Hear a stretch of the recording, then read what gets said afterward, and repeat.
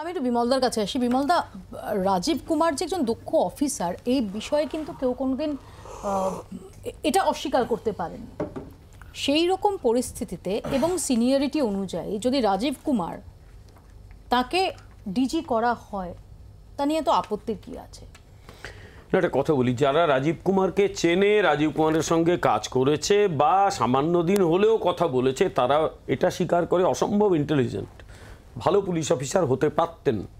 কিন্তু তাকে নিয়ে যা বিতর্ক হচ্ছে এবং আগামী দিনে হয়তো হবে, তার জন্য তিনি নিজে দায়ী। তিনি নিজেকে এই সব কিছুর ঊর্ধ্বে রাখতে পারেননি, ব্যর্থ হয়েছেন, এবং তার মূল্য ওনাকে আগামী দিনে দিলে হতেই পারে। এখন কথা হচ্ছে, তাকে সিবিআই জাস্ট কথা বলতে গিয়েছিল, তার জন্য রাজ্যের মুখ্যমন্ত্রী বেঞ্চ পেতে বসে পড়েছিলেন ধর্মতলায়। এটা যেরকম সত্যি, আবার এটাও সত্যি যে এই পুলিশ কিন্তু তৃণমূলের এই মুখপাত্রকে গ্রেপ্তার করেছিল, 3.5 বছর জেলে রেখেছিল, কেন্দ্রীয় বাহিনী নয়, রাজ্য সরকারই করেছিল।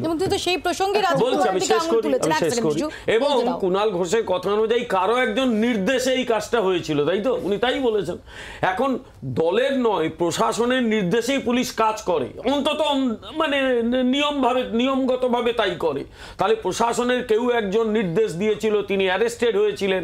তাকে যখন নিয়ে যাওয়া হতো, তিনি চেঁচিয়ে বলতেন কার বাড়িতে টাকা পাওয়া যাবে।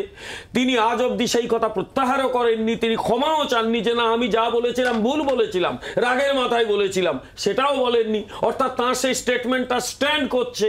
আবার তিনি তৃণমূলের মুখপাত্র হয়েছেন, তো সেই তৃণমূল যদি বলে এটা তার ব্যক্তিগত মত, সেটা তৃণমূলের ব্যক্তিগত কি সমষ্টিগত বিষয় নিয়ে আমার ঢোকার দরকার নেই। আমি শুধু এইটুকু একটা লাইনে শেষ করব, সেটা হচ্ছে এই রাজীব কুমার একজন বিতর্কিত ব্যক্তি, সুতরাং তাকে এই পদে দেওয়ার ব্যাপারে আমাদের যথেষ্টই রিজার্ভেশন রয়েছে। আগামী দিনে যদি মামলা হয়, সুপ্রিম কোর্টে মামলা ওঠে, সেই মামলার মুখোমুখি ওনাকে হতে পারে, হতে হবে। তৃণমূল তাকে নিজেদের স্বার্থেই রেখেছে এবং তিনি খুব বেশি পশ্চিমবাংলার বিরাট উপকার করে ফেলবেন বলে আমার অন্তত মনে হয় না, যতই তিনি দক্ষ পুলিশ অফিসার হন। বাংলার আওয়াজ, বাঙালির আবেগ, জি 24 ঘন্টা।